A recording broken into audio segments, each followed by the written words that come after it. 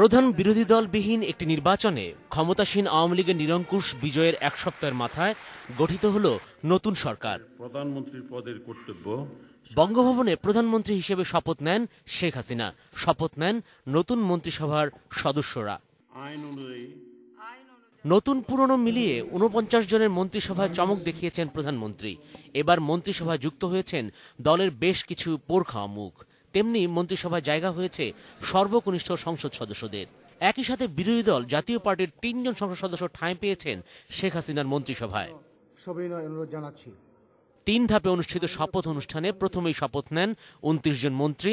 তারা হলেন আবুল মাল আব্দুল মুহিত, মতিয়া চৌধুরী, তোফায়েল আহমেদ, আমির হোসেন আমু, মোহাম্মদ নাসিম, সৈয়দ আশরাফুল ইসলাম, ওবায়দুল কাদের, খন্দকার মোশাররফ হোসেন, নুরুল ইসলাম নাহিদ, মোফাজ্জল হোসেন চৌধুরী মায়া, আব্দুল লতিফ সিদ্দিকী, আনিসুল হক, ইঞ্জিনিয়ার মোশাররফ হোসেন, অধ্যক্ষ মতিউর রহমান, শাহজাহান খান, কামরুল ইসলাম, আনহ মোস্তফা কামাল, ইমাজউদ্দিন প্রামাণিক, আসাদুজ্জামান নূর, মোস্তাফিজুর রহমান ফিজার, সায়েদুল হক, মুজিবুল হক, শামসুর রহমান শরীফ, আকম মোজাম্মেল হক, মহসিন আলী, রাশেদ খান মেনন, হাসানুল হক ইনু, আনোয়ার হোসেন মঞ্জু ও আনিসুল ইসলাম মাহমুদ।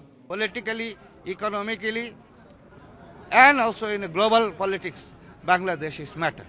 এবং যারা আপনারা দৌড়াদৌড়ি করছেন এই বিদেশিদের বাড়িতে বাড়িতে, তারাই সব কিছু করে দেবে, তারাই সমাধান করে দেবে, এই সমাধান করার কোনো ক্ষমতা তাদের নাই।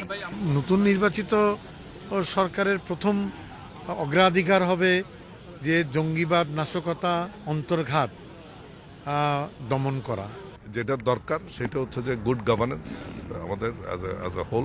সেটার জন্য we can be very critical as an opposition member.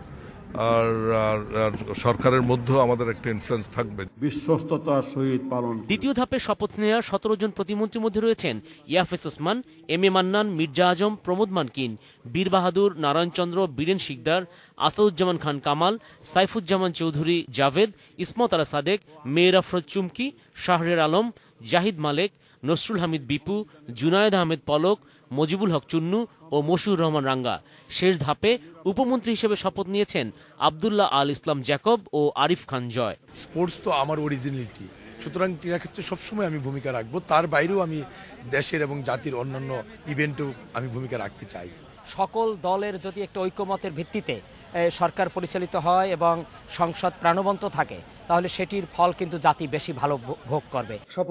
শপথ নিয়ে অনেক রাগঢাক করলেও এদিন মন্ত্রিসভার শপথ অনুষ্ঠানে উপস্থিত ছিলেন জাতীয় পার্টির চেয়ারম্যান জেনারেল এরশাদ। পরে তাকে করা হয়েছে মন্ত্রী পদমর্যাদায় প্রধানমন্ত্রীর বিশেষ দূত। Sanjay Tarafdar, independent news, Dhaka.